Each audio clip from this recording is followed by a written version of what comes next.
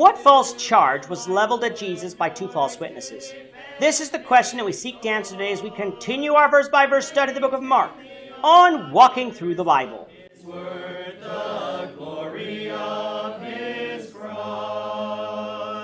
If you have a Bible with you, you can turn to Mark chapter 14. We're going to be reading from verses 53 to 65. If you don't have a Bible, don't worry. Just follow along with us on the screen. The version that we'll be reading from is the New King James Version. So, Mark chapter 14, beginning at verse 53. And they led Jesus away to the high priest, and with him were all assembled, the chief priests, the elders, and the scribes. But Peter followed him at a distance, right into the courtyard of the high priest. And he sat with the servants and warmed himself at the fire. Now the chief priests and all the council sought testimony against Jesus to put him to death, but found none. For many bore false witness against him, but their testimonies did not agree. Then some rose up and bore false witness against him, saying, We heard him say, I will destroy this temple made with hands, and within 3 days I will build another made without hands. But not even did their testimony agree. And the high priest stood up in the midst and asked Jesus, saying, Do you answer nothing? What is it that these men testify against you? But he kept silent and answered nothing. Again the high priest asked him, saying to him, Are you the Christ, the Son of the Blessed? Jesus said, I am. And you will see the Son of Man sitting at the right hand of the power and coming with the clouds of heaven.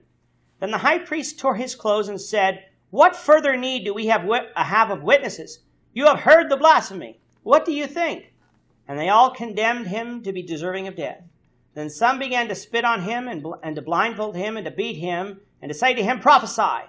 And the officers struck him with the palms of their hands.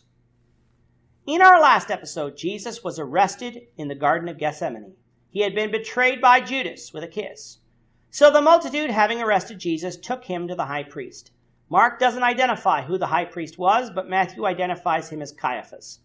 It is beginning here that people begin to get confused, because Matthew, Mark, Luke, and John all deal with the same story, but all add different details, and the timeline is not quite clear at first glance. Since we will be studying each book separately, we'll deal with the internal timeline that each book presents.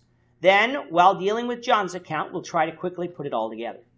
I know this will be a long time to wait as we intermix the Old Testament books along the way, but the Bible teaches that we need to be patient. So, since I feel that this is the easiest way forward, that's what we will do. Jesus is now where the chief priests, scribes, and elders are assembled, along with the high priest.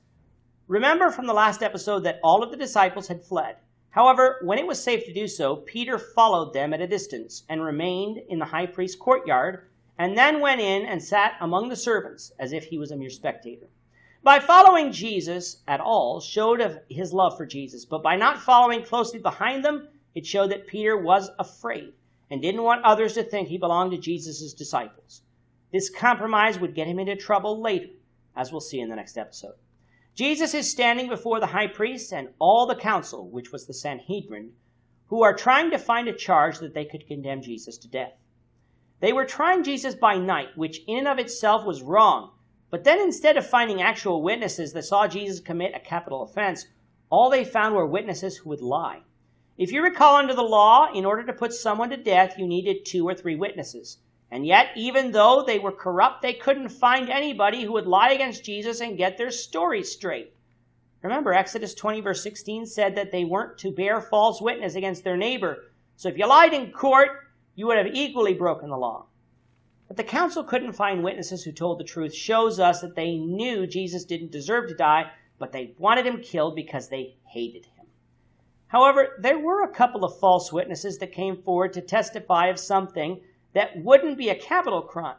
They testified that Jesus said he would destroy the temple of God and rebuild it in 3 days. Jesus said no such thing.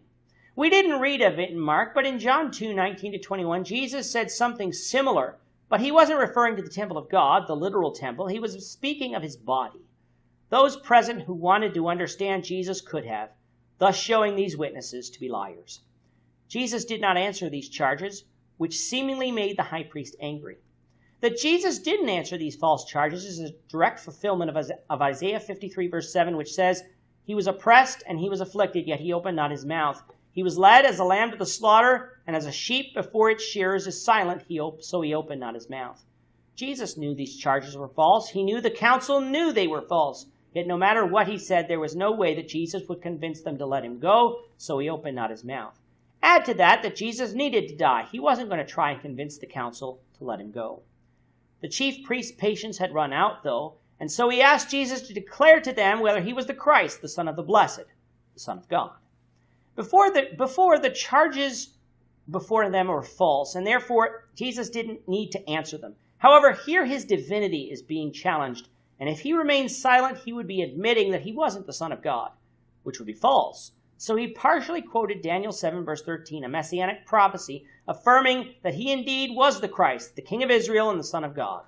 The high priest tore his clothes and exclaimed that Jesus just blasphemed God by claiming to be God, and had therefore committed a crime worthy of death in front of all the council. The council thus, hearing this, condemned Jesus to death. Having condemned him, they spit upon him, beat him, and some struck him with their hands while he was blindfolded, telling Jesus that if he was who he said he was, then prophesy who it was who hit him. What humiliation! But that was nothing compared with what was to come. With that, our time is up for today. The Lord willing, we hope you'll join us for tomorrow's discussion of Mark chapter 14, verses 66 to 72, as we continue our walk through the Bible, one verse at a time. Thank you for watching today's episode. We hope that you found it edifying and ask that you not only subscribe to our channel and podcast, but that you like and share this episode among your friends so that the saving gospel of Jesus Christ can go out to the whole world.